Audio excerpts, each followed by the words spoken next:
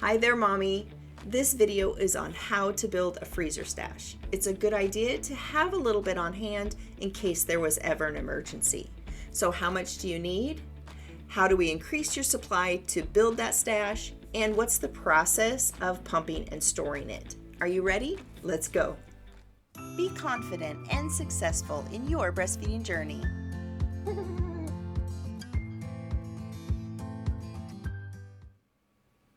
I recommend that most moms wait at least 4 to 6 weeks before starting a freezer stash.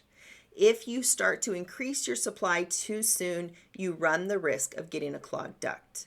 Plus, that first month would be a great time to just relax and enjoy baby and not stress about building an extra supply. If you could store 1 to 2 weeks worth of breast milk in your freezer, that would be great. It would really help if there was an emergency, in case you had to be on medication that wasn't compatible for breastfeeding, or if you had to be out of town unexpectedly, it would be good to have that. You hear all over the internet about building a freezer stash for going back to work, but I don't recommend that for most moms. And I have a video on why you would want to build a huge freezer stash, but more importantly, why you would not want to build a huge freezer stash. So please check that video out. When a baby is exclusively fed from the breast, they end up taking in an average of 24 ounces every 24 hours, and that's from 1 month to 6 months old. It doesn't increase like formula-fed babies. A breastfed baby just utilizes the milk differently as they get older, so you can plan on the 24 ounces every 24 hours. Now, of course, to build the freezer stash, you're going to need to increase your supply. But I want to mention that anytime you need to wean back down from building the supply, do it very slowly so you don't increase your chances of getting a clogged duct. Whenever you need to increase supply, that's done by using the 3 keys, and that's moving milk often, and stimulation. Those are best done with baby at the breast, but when you're pumping, you need to add the stimulation because baby's mouth moves differently than a pump. A pump just pulls the milk out, but baby's mouth moves differently. Plus, baby's skin and their saliva against your breast tells your body to make more breast milk. So you need to add lots and lots of breast massage along with some heat to increase your supply. Choose 1 or 2 times during the day that you're going to pump, but keep those consistent every day. So if you decide you're just going to pump in the morning, maybe choose right after your morning feeding, or if you're going to have a second one, keep that every day to do those 2 pumpings. Whenever you feed baby from the breast, if you wait 5 to 10 minutes, that gives your body time to have another letdown. So nurse baby, do some breast massage for the 5 or 10 minutes, and then pump.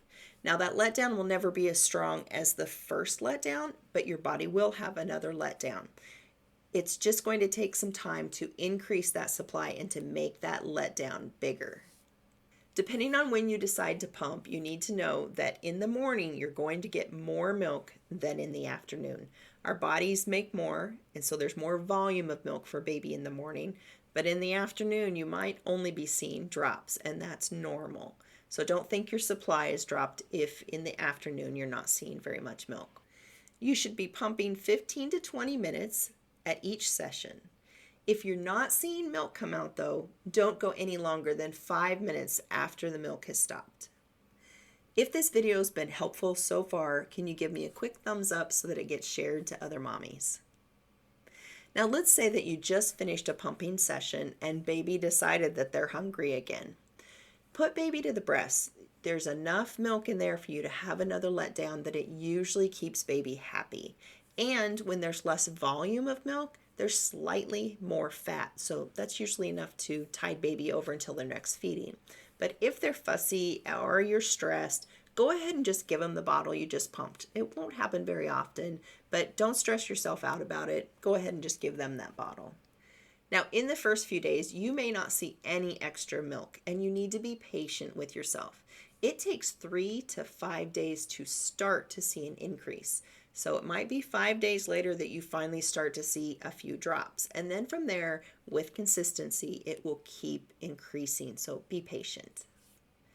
I teach moms 4, 5, 6 for breast milk storage. So that means fresh breast milk can sit out on the counter unrefrigerated for up to 4 hours if you know baby's going to be getting it in the next few hours.